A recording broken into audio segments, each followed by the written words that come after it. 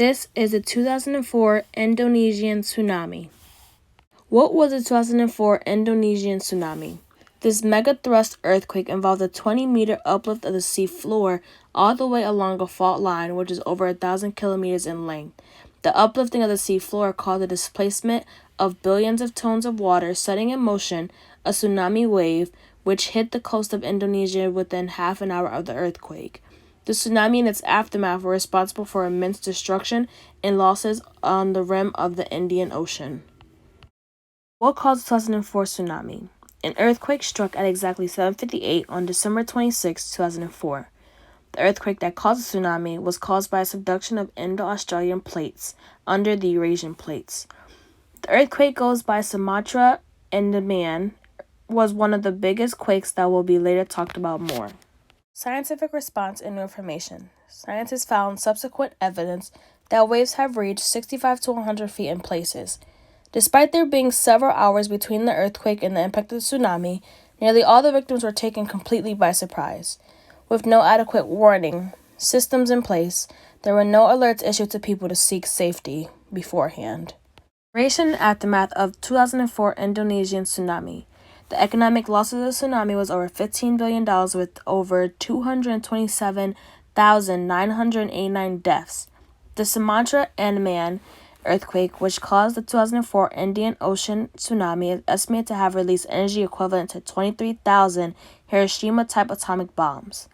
The tsunami's waves traveled across the Indian floor at 500 miles per hour, the speed of a jet plane.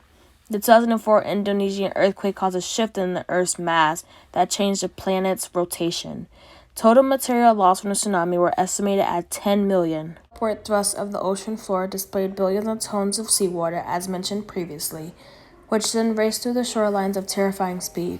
The waves stripped vegetations from mountainsides, hundreds of meters inland, capsized freighters, and threw boats into trees. Backstory. The quake caused the ocean floor to suddenly rise by as much as 40 meters, triggering a massive tsunami.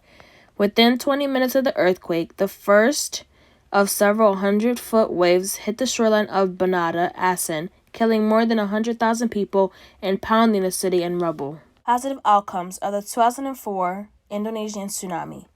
Since the 2004 Indonesian tsunami, governments and aid groups have prioritized disaster risk reduction and preparedness. Only 3 weeks after the tsunami, representatives of 168 nations agreed to the Hyogo Framework for Action, which paved the way for global corporations for disaster risk reduction.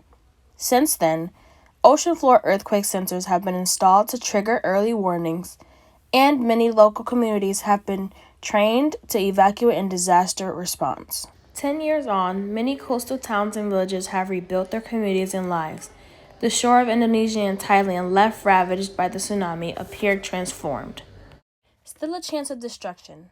In the aftermath of the disaster, the Indian Ocean Tsunami Warning and Mitigation System was formed to detect seismological changes and provide warning of approaching waves. However, on the 10th anniversary of the disaster, risk experts and UN officials have warned weakness remain in the system, particularly regarding the communication of warning at local level. Computer modeling after the tsunami estimated that waves have reached a height of almost 65 feet in some areas. The Earth's change after the 2004 earthquake. Images 1 and 2 shows the before, and then images 3 and 4 shows after the earthquake's effect. The quake ruptured the greatest fault length of any record, spanning a distance of an estimated 1,500 kilometers, longer than the U.S. state of California. The rupture started beneath the quake's epicenter and progressed northward along the fault at about 2 kilometers per second, lasting about 10 minutes according to the tectonic observations at the California Institute of Technology. If you look closely at both of the different features, the wide range is after the earthquake.